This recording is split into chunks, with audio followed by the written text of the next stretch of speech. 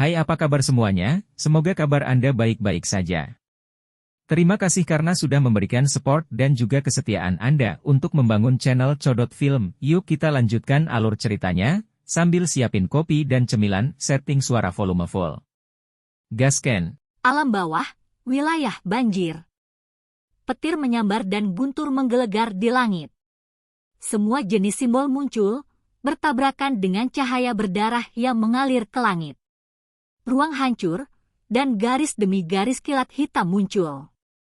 Ini bukan petir biasa, dan malah kesengsaraan surgawi yang sebenarnya. Itu melambangkan murka surga. Kemerahan merah mengalir turun dari langit. Ketika adegan tidak teratur ini muncul, itu bisa disebut air mata surga. Apa yang terjadi? Ada darah yang mengalir di antara langit dan bumi.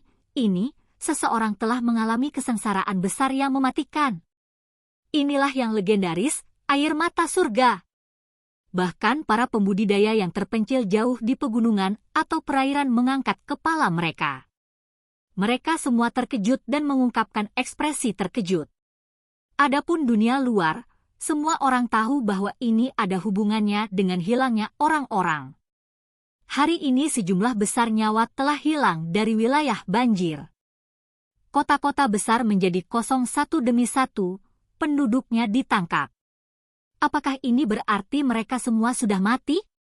Bahkan sesuatu yang menakutkan seperti air mata surga terjadi. Hong! Suara yang sangat besar terdengar. Langit dan bumi terbelah. Petir hitam yang membawa cahaya berdarah melesat ke langit. Seekor binatang buas besar yang sangat besar bergegas turun. Itu bahkan lebih mengesankan daripada gunung kuno dan memiliki aura yang menakutkan. Itu berjuang bebas dari petir hitam dan turun ke bumi yang besar. Cahaya bersinar terang di belakangnya. Garis-garis petir yang tak terhitung jumlahnya meretas ke bawah, mengejarnya untuk melakukan hukuman surgawi. Ini adalah dunia yang menghancurkan kesengsaraan petir. Surga! Itu adalah makhluk kosong yang sangat besar. Sesuatu seperti ini tidak pernah terdengar. Apakah mereka mencoba menentang surga? Para ahli di wilayah banjir berteriak ketakutan. Mereka tercengang dan terguncang tak tertandingi. Void Beast sangat langka dan sulit untuk tumbuh. Bahkan setelah satu matang, mereka tidak akan sebesar ini. Mereka sudah lama punah, jadi siapa yang pernah melihat yang sebesar ini? Tidak diketahui berapa puluh ribu sang monster raksasa itu. Itu memiliki kekuatan yang tak tertandingi saat menukik ke bawah. Beberapa cahaya kacau tiba-tiba tersebar dari alam yang lebih tinggi, mendarat di tubuhnya, membakarnya. Itu mulai bergerak dengan keras dan sepertinya akan pecah. Adegan ini mengejutkan setiap orang. Ini adalah murka surga. Namun, tampaknya ada beberapa kehendak yang menentangnya, mengganggu hukuman surgawi, mendistorsi langit dan bumi dan menghancurkan hukum alam. Cahaya kacau itu menjadi lebih lemah dan kemudian menghilang. Ini, melawan kehendak surga, ada orang yang menentang surga. Hong Hong! Suara besar terakhir bergemuruh di udara. Garis petir itu menghilang dan hukuman kilat tersebar. Semua adegan yang tidak teratur menghilang. Di alam yang lebih tinggi, istana kuno berubah menjadi reruntuhan. Beberapa sosok yang dikelilingi oleh kekacauan utama terhuyung mundur, batuk darah dari mulut mereka. Melawan kehendak surga benar-benar memiliki konsekuensi besar. Kita tidak akan pernah bisa melakukan hal seperti ini lagi. Ini adalah satu-satunya kesempatan, tetapi untungnya, meskipun kami membayar harga yang luar biasa, kami masih berhasil. Beberapa orang menyeka darah dari sudut bibir mereka dan berdiri. Mereka seperti dewa iblis yang telah ada sejak awal waktu. Mata mereka tanpa ekspresi dan melepaskan listrik yang menyala. Kabut terus melonjak di sekitar mereka. Di alam bawah, makhluk hampa itu menukik ke bawah menuju altar itu. Hong! Cahaya kacau di tubuhnya tiba-tiba berubah menjadi simbol. Mereka menutupinya dengan rapat, dan pada saat ini, mereka meledak, membuat tubuh binatang besar itu bersinar. Seluruh kulit binatang segera mulai terbakar, dan kemudian membentuk tungku. Kekuatan ilahi yang kuat tersebar keluar, menerangi cakrawala. Seolah-olah sebuah komet dari luar angkasa menabrak bumi yang besar. Void Beast itu pecah menjadi beberapa komponen, meledak di bawah cahaya yang menyilaukan. Tidak hanya kulit dewa yang terbakar menjadi abu, bahkan kerangkanya hancur berkeping-keping sebelum meledak ke segala arah. Di dalam kepalanya, ada tungku surgawi seukuran kepalan tangan yang bersinar. Itu menjadi satu dengan kekosongan dan dengan kuat bertahan melawan gelombang kejut yang kuat ini. Namun, itu masih terpengaruh. Suara gemuruh terdengar di udara. Simbol kuno dan misterius dari tungku ilahi mulai melindungi dirinya sendiri, dan dengan cepat membesar. Tungku kosong. Itu berubah menjadi seukuran gunung, tetapi permukaannya sudah sangat rusak dengan banyak area yang runtuh. Itu mengalami kerusakan besar. Itu bergegas menuju bumi yang besar seperti seberkas cahaya yang berapi-api. Surga gemetar, ledakan gempa dunia terdengar. Itu turun ke tanah, membuat kontak dengan altar di tengah rawa. Itu hancur seperti bintang jatuh, melepaskan pancaran tak berujung saat melakukannya. Altar itu segera dihancurkan. Jiwa yang tak terhitung jumlahnya berteriak dalam kesedihan, hancur di bawah cahaya suci dan menghilang selamanya. Sementara itu, tulang dan darah di tanah terlebih lagi mulai terbakar, mengering dan menjadi abu. Di cakrawala, beberapa individu yang kuat gemetar. Meskipun pengorbanan darah itu sukses, apakah para dewa yang melintasi alam masih hidup? Apa yang terjadi pada saat-saat terakhir tampaknya telah menghancurkan segalanya. Di tanah, asap dan debu meluap ke langit. Air di rawa sudah lama mengering. Retakan muncul di mana-mana, memanjang hingga ratusan li. Itu sangat menakutkan. Altar menghilang, dan sebuah lembah besar muncul di tanah. Orang bisa melihat tungku surgawi yang hancur di sana. Tungku kosong jelas merupakan sekte yang melindungi artefak berharga. Itu sangat berharga, sesuatu yang sulit untuk disempurnakan bahkan untuk para dewa besar. Itu dikenal sebagai benda suci dan benda langka yang sangat langka, namun sekarang telah dihancurkan. Simbol di atasnya hancur. Meskipun tubuh tungku masih ada, itu tidak akan pernah menunjukkan kekuatannya lagi. Itu praktis objek biasa. Asap dan debu bertebaran, dan segera setelah itu, tidak ada lagi suara di sana. 1 jam lagi berlalu. Suara metalik dan terdengar di udara, mengakhiri keheningan yang mematikan. Ada ahli yang masih hidup di dalam. Mereka sekarang mencoba untuk keluar. Hong! Sebuah benda berat menghantam penutup tungku, melepaskan cahaya yang berharga.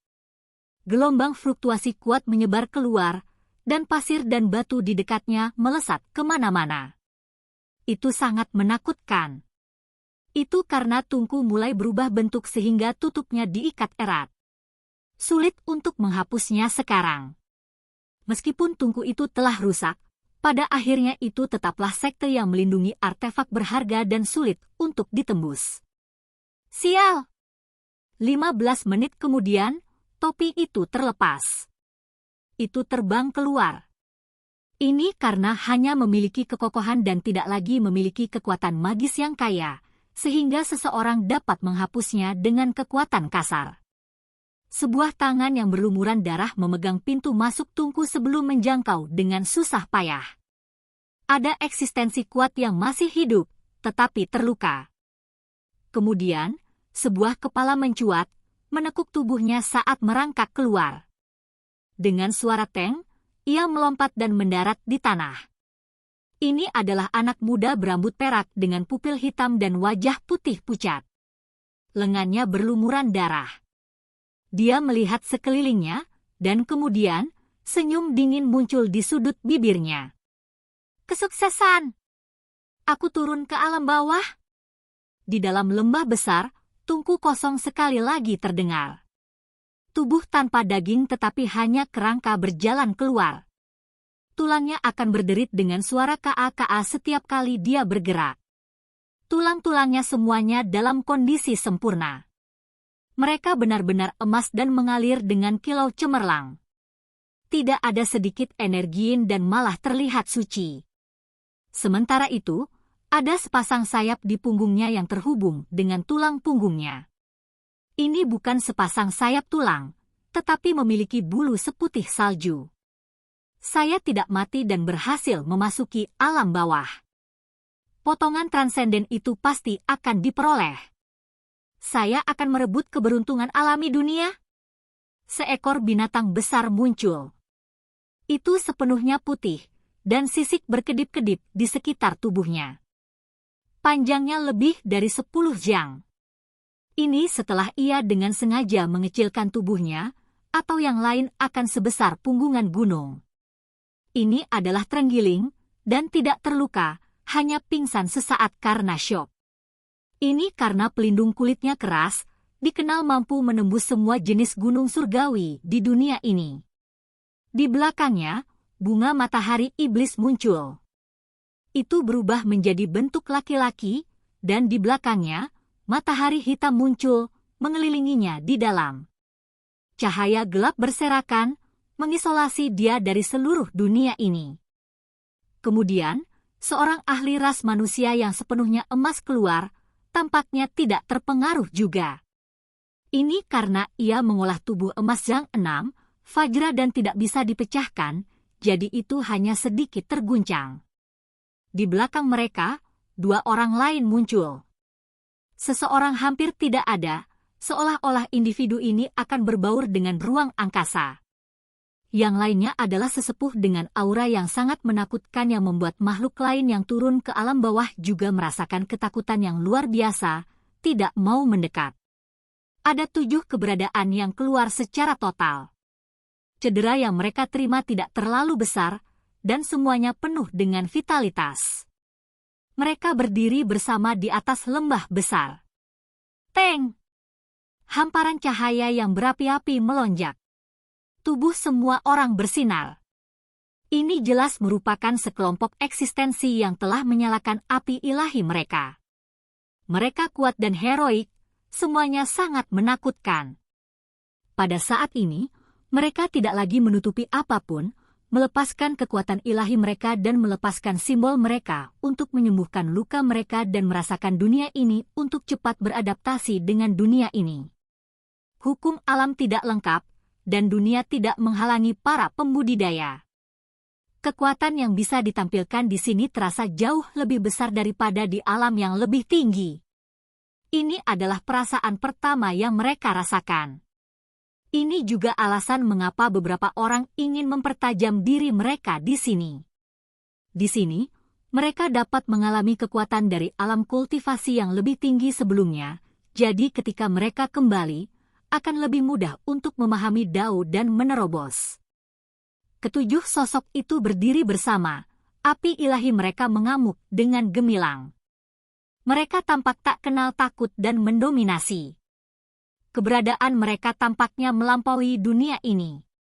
Alam ini tidak memiliki banyak makhluk kuat, jadi mereka tidak bisa dibandingkan dengan 7 makhluk ini. Mereka berdiri di sana di bawah sinar matahari, bayangan mereka membentang jauh ke kejauhan. Tubuh mereka diwarnai oleh cahaya terakhir matahari terbenam, membuat mereka terlihat seperti 7 setan yang menghadap ke dunia. Apakah yang lain semuanya mati? Seseorang berbicara dengan suara yang sangat dingin. Dengan suara Hong, satu-satunya orang tua di sini membawa tungku kosong dengan mengangkat tangannya. Kemudian, dengan gemetar, 7 atau 8 mayat keluar.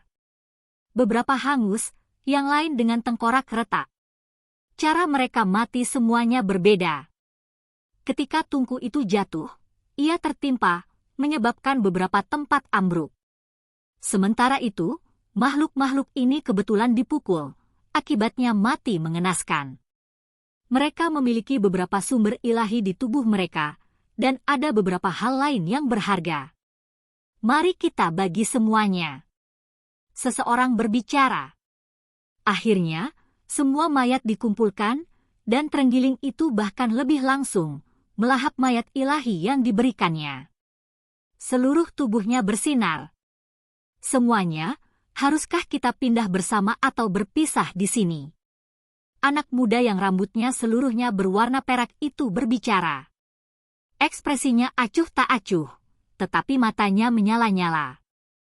Kami baru saja turun ke alam bawah, jadi yang terbaik adalah jika kami tidak bertindak atas inisiatif kami sendiri. Kata yang lebih tua. Kerangka emas itu membuka mulutnya dan mengirimkan kehendak ilahinya, berkata, semuanya, jangan lupa bahwa Tuan Dunia Bawah telah memberi perintah agar kita terlebih dahulu mengakhiri kehidupan pemuda bernama Shihao itu untuk mencegahnya hidup di hari lain. Tidak ada terburu-buru. Alam bawah cukup aneh, jadi jangan bertindak sembarangan juga. Saya akan membayar warisan yang ditinggalkan sekte saya di alam bawah untuk mengunjungi dan melihat apakah saya dapat mengambil senjata. Seseorang berbicara. Baiklah, mari kita selesaikan beberapa tugas kita sendiri terlebih dahulu dan kemudian berkumpul kembali. Pakar tubuh emas sekte barat mengangguk. Beberapa sosok merobek udara, berhamburan di balik cahaya. Sementara itu para ahli tertinggi yang bersembunyi di kejauhan langsung tersapu oleh mereka untuk digunakan sebagai pemandu. Adapun tungku kosong itu juga menghilang, dikumpulkan oleh seseorang. Pada saat itu, dunia menjadi tenang. Sebuah kawah besar muncul di sini dengan retakan memanjang beberapa ratus li ke arah luar. Tidak ada yang tertinggal. Dunia sepi tanpa suara apapun. Hari itu, berita menyebar ke daerah-daerah besar lainnya. Kehidupan yang tak terhitung jumlahnya dari wilayah banjir segera menghilang, meninggalkan 8 wilayah terguncang. Itu mencapai telinga setiap kekuatan besar. Ini adalah berita eksplosif. Itu terus-menerus melakukan perjalanan melalui altar dari satu tempat ke tempat lain. Seluruh dunia gempar. Yang menyertai berita ini adalah makhluk hampa yang turun di dunia ini, menembak melalui celah besar ke wilayah banjir. Adegan abnormal dari ledakan terakhir telah dilihat oleh seseorang juga, dan dengan demikian menyebar ke semua area lain. Ini tidak diragukan lagi akan mengguncang dunia. Hati orang-orang di mana-mana bergetar. Melawan kehendak surga, seseorang menentang dao besar dan membuka jalan untuk turun dari alam yang lebih tinggi. Ini diedarkan oleh seorang pertapa, membuat semua klan merasa tidak nyaman. Itu menciptakan keributan besar, dan seluruh dunia dilemparkan ke dalam kekacauan. Oke guys, jangan lupa like, comment, share, and subscribe di channel Codot Film. See you next video, peace out and bye-bye.